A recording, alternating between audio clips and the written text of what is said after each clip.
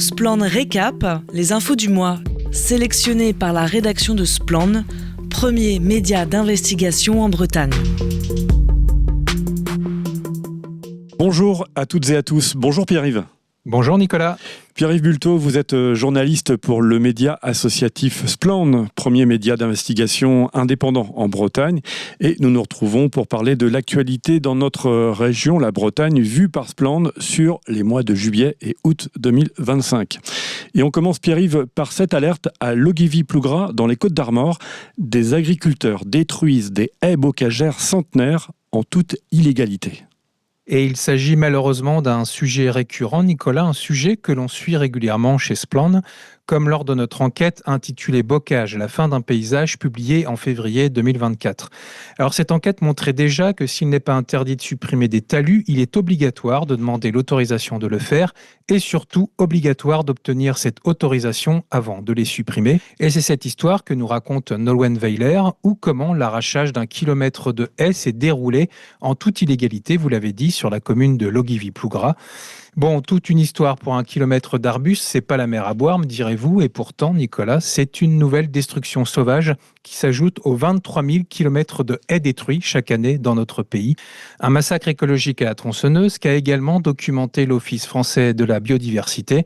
Dans une récente étude, l'OFB a par exemple calculé que depuis les années 50, les régions bocagères françaises ont perdu jusqu'à 70% de leurs haies. Alors, des replantations sont planifiées pour cet automne, mais est-ce que ce sont de vraies compensations à ces destructions de haies, Pierre-Yves ? Clairement non, Nicolas. Et ce n'est pas moi qui le dis, mais Jean-Luc Pichon, d'Eau et Rivière de Bretagne, je cite, « Un alignement d'arbustes de 50 cm de hauteur ne peut pas remplacer une haie de vieux arbres et toute la biodiversité qui s'y abrite. » Et interrogé par Splan, le militant ne mâche pas ses mots et qualifie ces replantations planifiées de marché de dupes pour la faune, la flore et pour le citoyen, qui doit attendre 40 ans pour retrouver le paysage perdu. Et alors qu'une majeure partie de la France étouffe encore ce mois d'août sous les grosses chaleurs, il faut rappeler l'utilité vitale des haies dans la préservation du vivant. Et les haies, évidemment, servent à stocker le carbone, à réguler le cycle de l'eau, à briser les vents, à limiter l'érosion des sols et à offrir de l'ombre au bétail et aux humains. Et côté sanctions, du coup, Pierre-Yves, quelles mesures dissuasives existent-ils pour contrer ce genre de fait ? Eh bien, comme le dit Annie Brasse-Denis, adjointe à l'Agnon Trégor Communauté, les élus ne sont pas dans le registre de la sanction sur cet enjeu, alors même que les peines encourues vont de 150 000 € d'amende à 3 ans d'emprisonnement. Autre alerte de ce mois de juillet, Pierre-Yves, à Brest, le service autonomie à domicile de la résidence Havel a fermé, alors même que les résidents continuent de payer leur service. Ah oui, comme tout secteur lucratif, Nicolas, le modèle des résidences services seniors tient tant que le secteur de l'immobilier reste solide. Mais au moindre crash, c'est toute une économie qui vacille et les personnes âgées avec. Et dans cette alerte parue le 7 juillet, je vous raconte l'histoire d'un marché en plein essor qui a vu pousser des résidences services seniors comme des champignons, avec 90 établissements rien qu'à travers la Bretagne et la Loire-Atlantique. Conçus pour accueillir des personnes âgées autonomes ou relativement autonomes, ces immeubles sont composés d'appartements privatifs et d'espaces communs. Et pour un loyer moyen de 2 000 € par mois, les résidents peuvent bénéficier de services personnalisés, mais aussi non individualisables, comme une conciergerie, des espaces de convivialité ou encore des dispositifs de sécurité. Une garantie pour pouvoir rester dans son appartement jusqu'au bout de la vie qui peut vaciller en même temps que la société exploitante traverse des difficultés. Et cette histoire, Nicolas, c'est notamment celle de ces résidentes brestoises et de leurs familles qui m'ont confié leur désarroi face à la restructuration du promoteur immobilier nantais Réalité, lui-même propriétaire de la société Eurus, elle-même exploitante de la résidence Havel, jusqu'à sa reprise le 1er avril 2025 par le groupe Aquarelia. J'espère que vous suivez un jeu de dominos dans lequel ont été emportés le coordinateur de santé et plusieurs auxiliaires de vie, incarnation de ce service autonomie à domicile fermé dans la foulée de ces licenciements économiques. Et ce SAD avait pourtant convaincu ses résidentes de choisir cette structure plutôt qu'une autre. Sujet connexe, Pierre-Yves, qui a fait aussi l'objet d'une enquête de Splan, l'état de l'hôpital public en Bretagne, un hôpital public toujours en péril. Et oui, Nicolas, c'est notre grosse nouvelle enquête dont le premier volet est sorti à la mi-juillet. Et comme le révèlent Isabelle Gerjaille et Caroline Trouillet, 20 services hospitaliers bretons sur 33 sont régulés la nuit depuis le début de l'été.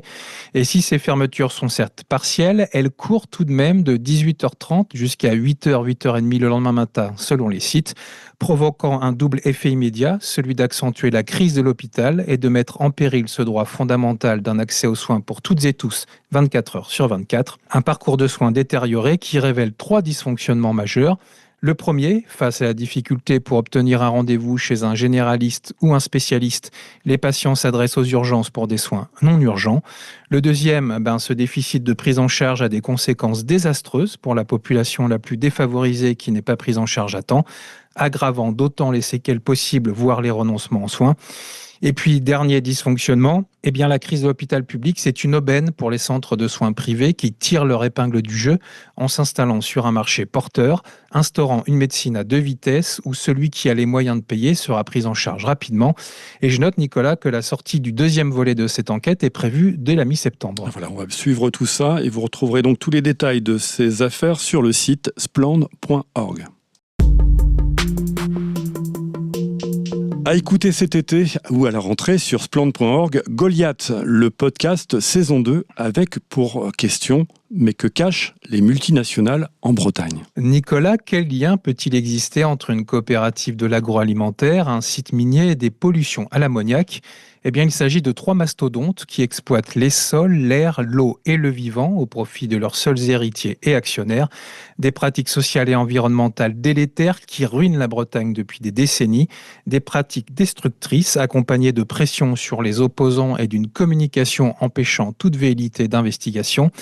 Dans une société où l'intérêt de quelques-uns hypothèque sérieusement l'intérêt commun, ce verrouillage est mortifère. Et parce qu'il est parfois tout aussi percutant de raconter les coulisses d'une enquête pour provoquer un impact citoyen, Spland s'est associé au studio La Houle pour réaliser cette nouvelle saison de Goliath. Goliath avec un S, comme autant de résistance médiatique et citoyenne.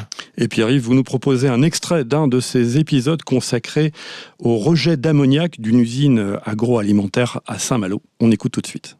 À Saint-Malo, on s'interroge. Que cache la Timac Agro ? Si vous habitez à Paris, à Caen ou le long de la Loire, peut-être que vous rêvez d'Embrun ou de la carte postale qu'on envoie d'une plage sublime au pied des remparts de la ville. Il faut dire qu'elle est belle, cette côte d'émeraude malouine. Mais rassurez-vous, vous pouvez déjà le sentir un peu, cette air de Saint-Malo.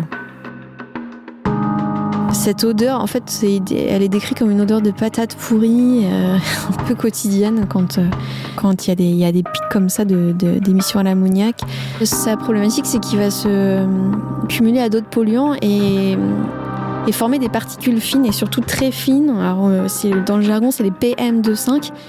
Et ces particules-là, elles sont à la source d'une mortalité prématurée, donc de décès qu'on pourrait éviter suite à des maladies respiratoires et cardiovasculaires. C'est sûr que ces deux mondes, en fait, la carte touristique, parce que Saint-Malo, c'est la plage, les remparts, ce centre-ville pittoresque, et puis tout à côté, ce port qui héberge une usine en son sein.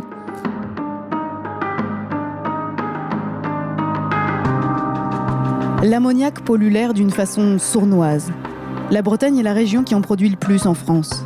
C'est simple, sur la carte établie par la journaliste Caroline Trouillet, tout est rouge ou presque en Bretagne. Mais un point brille plus fort que les autres, celui de la Timac. Voilà pour cette série de podcasts intitulée Goliath avec un S. C'est à écouter sur spland.org. Quelques autres infos glanées pour vous ces dernières semaines par Spland. Et tout d'abord, se baigner en toute sécurité en Bretagne, pas si simple. Oui, effectivement, Nicolas, malgré les grosses chaleurs, on va s'intéresser aux communes de Plouvorne et de Lande-d'Unevez, 2 communes du Finistère qui concentrent les élevages porcins.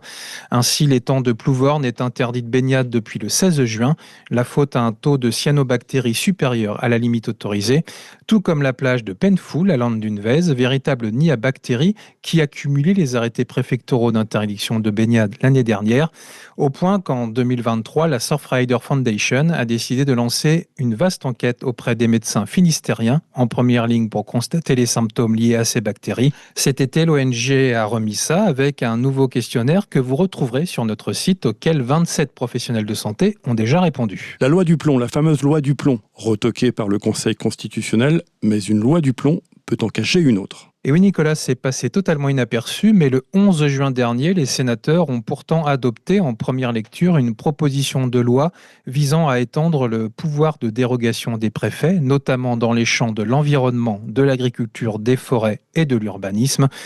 En clair, son article 3 permettrait de passer outre certaines obligations pesant sur les ouvrages hydrauliques, un sérieux bâton dans les roues des associations de pêcheurs et des militants de la faune sauvage qui se battent contre des constructions entravant la continuité écologique des cours d'eau. Un souhait d'agriculture bretonne plus respectueuse de l'environnement ? Oui, mais non, faute de moyens. En Bretagne, les demandes de mise en place de mesures agro-environnementales dans les fermes sont en hausse, mais vous l'avez dit Nicolas, les financements ne suivent pas. Alors même qu'une enveloppe existe, 257 millions d'euros, initialement destinée à l'installation en agriculture biologique, dont une grande partie a été réaffectée en aide complémentaire aux revenus pour les jeunes agriculteurs, et ceci indépendamment des modes de production. Et enfin, un article que vous avez publié au mois de juillet avec la montée des eaux, le coût de l'inaction risque de se payer cash en Bretagne. Le sujet est aussi friable que les 2600 km du linéaire côtier breton, d'autant plus dans un contexte à plus 4 degrés où les scientifiques n'hésitent plus à parler d'une méditerranéisation de la région. Cette érosion du littoral concerne déjà 116 cités bretonnes, Loire-Atlantique comprises. Un combat non pas contre, mais avec la nature qui devrait coûter au bas mot 50 milliards d'euros par an à la France. Et si des communes ont décidé d'anticiper ce phénomène, qui devrait voir le niveau de la mer augmenter, d'autres continuent comme si de rien n'était. C'est le cas de Perros-Guirec, où un immeuble de standing est en construction dans une zone pourtant reconnue comme à fort risque d'inondation.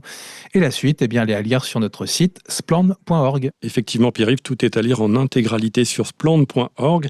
Et vous y retrouverez également la rubrique « Ça se passe près de chez vous » pour tout savoir sur les différents projets agricoles, industriels, d'urbanisation qui peuvent surgir près de chez vous en Bretagne.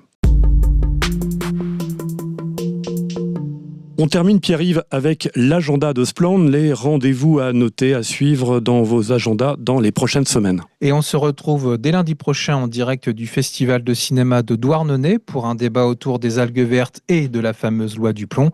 Pour cela, j'aurai la joie de recevoir en plateau à partir de 14h30 sous les Halles de Douarnenez Inès Léraud, Amélie Mouget et Rosie Offray.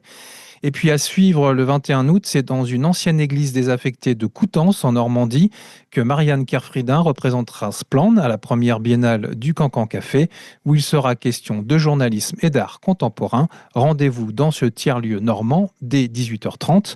Et puis enfin, pour celles et ceux qui seront du côté de la Gironde à la fin du mois d'août, ils pourront y rencontrer Sylvain Ernaud qui participera à l'Université d'été des mouvements sociaux et solidaires. Le rendez-vous est à Bordeaux du 23 au 26 août. Eh bien, c'est noté. Merci beaucoup Pierre-Yves. Rendez-vous le mois prochain sur nos antennes pour de nouvelles actus de Spland, premier média d'investigation en Bretagne.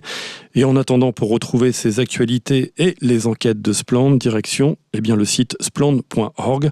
N'oubliez pas également de soutenir ce média d'investigation indépendant en Bretagne. Faites un don. À bientôt Pierre-Yves. À bientôt Nicolas, merci à vous. Au mois prochain.